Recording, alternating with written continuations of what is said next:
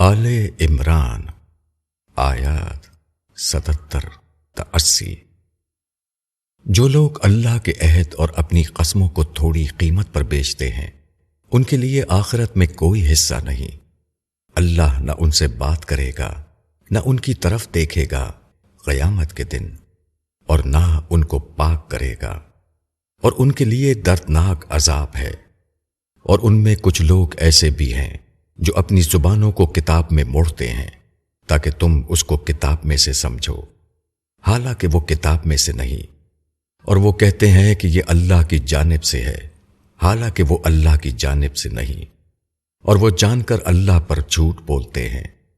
کسی انسان کا یہ کام نہیں کہ اللہ اس کو کتاب اور حکمت اور نبوت دے اور وہ لوگوں سے یہ کہے کہ تم اللہ کو چھوڑ کر میرے بندے بن جاؤ، بلکہ وہ تو کہے گا کہ تم اللہ والے بنو، اس واسطے کہ تم دوسروں کو کتاب کی تعلیم دیتے ہو اور خود بھی اس کو پڑھتے ہو، اور نہ وہ تمہیں یہ حکم دے گا کہ تم فرشتوں اور پیغمبروں کو رب بناؤ۔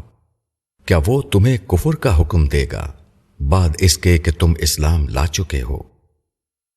تشریح: ایک شخص جب ایمان لاتا ہے تو وہ اللہ سے اس بات کا عہد کرتا ہے کہ وہ اس کی فرما برداری کرے گا اور بندوں کے درمیان زندگی گزارتے ہوئے ان تمام ذمہ داریوں کو پورا کرے گا جو خدا کی شریعت کی طرف سے اس پر عائد ہوتی ہے۔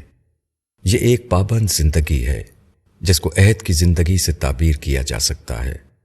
اس زندگی پر قائم ہونے کے لیے نفس کی آزادیوں کو ختم کرنا پڑتا ہے، بار بار اپنے فائدوں اور مصلحتوں کی قربانی دینی پڑتی ہے۔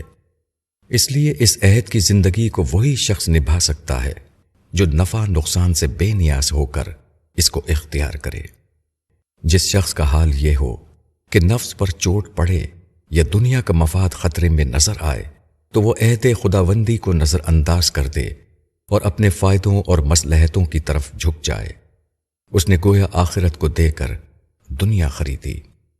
جب آخرت کے پہلو اور دنیا کے پہلو میں سے کسی ایک کو لینے کا سوال آیا تو اس نے دنیا کے پہلو کو ترجیح دی۔ جو شخص آخرت کو اتنی بے قیمت چیز سمجھ لے وہ آخرت میں اللہ کی عنایتوں کا حقدار کس طرح ہو سکتا ہے؟ جو لوگ آخرت کو اپنی دنیا کا سودا بنائیں وہ دین یا آخرت کے منکر نہیں ہو جاتے، بلکہ دین اور آخرت کے پورے اقرار کے ساتھ ایسا کرتے ہیں۔ پھر ان دو متضاد رویوں کو وہ کس طرح ایک دوسرے کے مطابق بناتے ہیں؟ اس کا ذریعہ تحریف ہے، یعنی آسمانی تعلیمات کو خود ساختہ معنی پہنانا۔ ایسے لوگ اپنی دنیا پرستانہ روش کو آخرت پسندی اور خدا پرستی ثابت کرنے کے لیے دینی تعلیمات کو اپنے مطابق ڈھال لیتے ہیں، کبھی خدا کے الفاظ کو بدل کر اور کبھی خدا کے الفاظ کو اپنی مفید مطلب تشریح کر کے۔ وہ اپنے آپ کو بدلنے کے بجائے کتاب الہی کو بدل دیتے ہیں تاکہ جو چیز کتاب الہی میں نہیں ہے اس کو عین کتاب الہی کی چیز بنا دیں، اپنی بے خدا زندگی کو با خدا زندگی ثابت کر دکھائیں۔ اللہ کے نزدیک یہ بدترین جرم ہے کہ آدمی اللہ کی طرف سے ایسی بات منسوب کرے جو اللہ نے نہ کہی ہو۔ کسی تعلیم کی صداقت کی سادہ اور یقینی پہچان یہ ہے کہ وہ اللہ کے بندوں کو اللہ سے ملائے، لوگوں کے خوف و محبت کے جذبات کو بیدار کر کے اس کو اللہ کی طرف موڑ دے۔